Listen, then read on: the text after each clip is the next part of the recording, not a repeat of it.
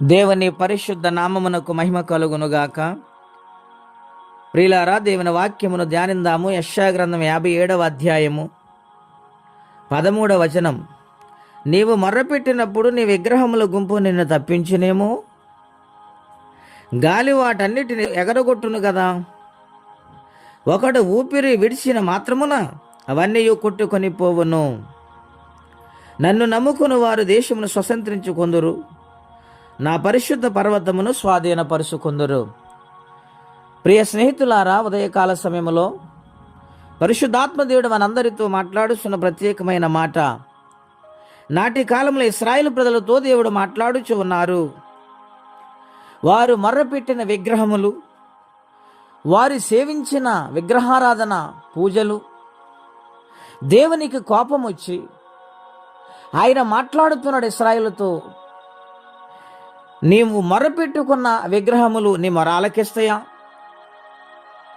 వాటి గుంపు నిన్ను తప్పించినేమో, గాలి వాటన్నిటిని ఎగరగొట్టును కదా. నువ్వు మొర్రపెట్టేవి గాలికి చెదిరిపోతాయి, ఇప్పుడు బలమైన గాలికి అవి కొట్టుకొని పోతాయని దేవాతి దేవుడు ఇశ్రాయేలు ప్రజలు హెచ్చరిస్తూ ఉన్నాడు. ప్రియులారా, సృష్టించిన సృష్టికర్తను మరిచి సృష్టమును పూజించడం ఏమాత్రము న్యాయము? గనుక ఆయన కోపం వచ్చింది, ఆయన ఉగ్రుడయ్యాడు.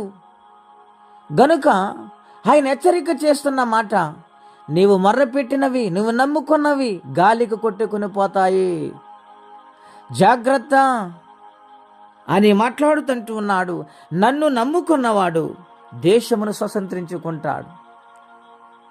నన్ను నమ్ముకుంటే ఏ స్థితిలో ఉన్నా క్రమక్రమంగా అభివృద్ధి చెంది ఉన్నత స్థాయిలోనికి, దేశాన్నే స్వతంత్రించుకునే స్థితిలోనికి వస్తాడని దేవుడు వాగ్దానము చేస్తూ ఉన్నాడు.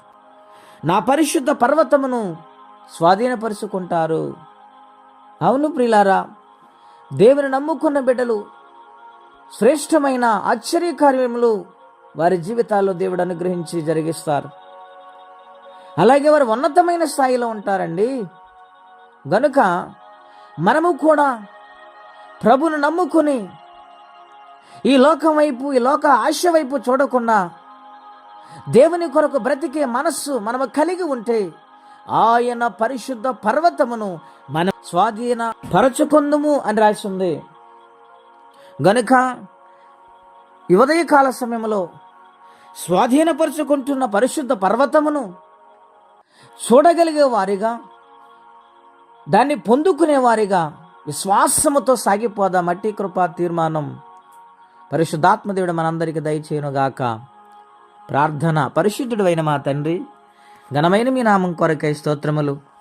నాటి కాలములో ఇశ్రాయేలు ప్రజలను విడిచిపెట్టి ఆయా మార్గం వైపు, విగ్రహాల వైపు తిరిగి వారు నిన్ను బాధ పెట్టారు. ప్రభువా, నీవు బాధపడుతూ కోపించి మరలా వాత్సల్యత చూపిస్తూ నన్ను నమ్ముకోండి, నిన్ను మీకు మేలు చేస్తాను, నా పరిశుద్ధ పర్వతము దగ్గర మీరు స్థిరమైన వారిగా ఉంటారని నేను దీవిస్తానని మీరు మాట్లాడుతూ వస్తూ ఉన్నారు. గనుక నాయనా, సృష్టికర్తవైన నిన్ను మరచి సృష్టిని పూజించిన ఏమాత్రం మంచిది తండ్రి.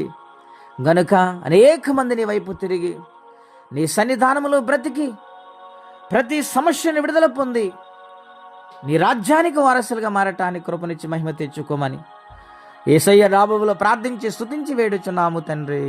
ఆమేన్. దేవుడు దీవించునుగాక. ఆమేన్.